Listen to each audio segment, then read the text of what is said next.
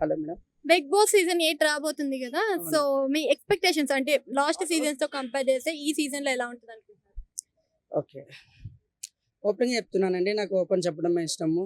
దయచేసి తప్పుగా అనుకోవద్దు ఎవరు కూడా. బిగ్ బాస్ సీజన్ 8 కదా! నేను బిగ్ బాస్ 1 నుంచి ఇప్పటిదాకా అయిన 7 వరకు ఏ సీజన్ నేను చూడలేదండి. చూడను కూడా. ఎందుకు చూడరు? 8 కూడా చూడను. దేనికండి?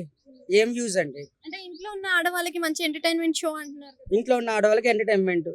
ఇంట్లో ఉన్న ఆడవాళ్ళు వర్క్ చేసుకొని హస్బెండ్‌లకి మంచి చెడ్డ చూసుకొని పిల్లల్ని బాగా చదివించుకోవాలి ఇవన్నీ వదిలేసి బిగ్ బాస్ టీవీ ముందు కూర్చుంటున్నారు. ఈ అసలు ఏం యూజో తెలియట్లా బిగ్ బాస్ వల్ల. టైం వేస్ట్ తప్ప. టైం ఉంది కదా టైము. ఎప్పుడు పోతామో ఎప్పుడు ఉంటామో తెలియని బతుకుల్లో ఈ టయాన్ని కాస్త దీనికి అంకితం చేస్తున్నాం. ఒక్క చిన్న మెసేజ్ ఏమైనా ఉందా అండి బిగ్ బాస్‌లో? ఒక్క చిన్న మెసేజ్ ఉందా అసలు?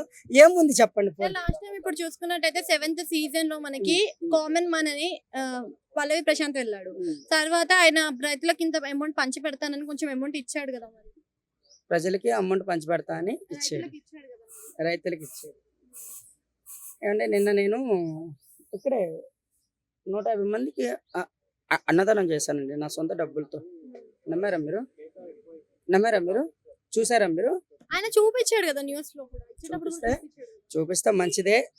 సో రైతు బిడ్డ కాబట్టి సో మంచి చేసి ఉండొచ్చు, మంచిది.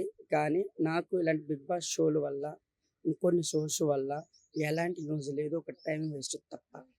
సో దాని బదులు ఏదైనా చక్కగా పనికొచ్చే షోస్ ఏదైనా చేస్తే బెటర్ అని నా ఉద్దేశం. Thank you. పనికొచ్చే షోస్ కావాలి, పనికిరాని షోస్ కాదు.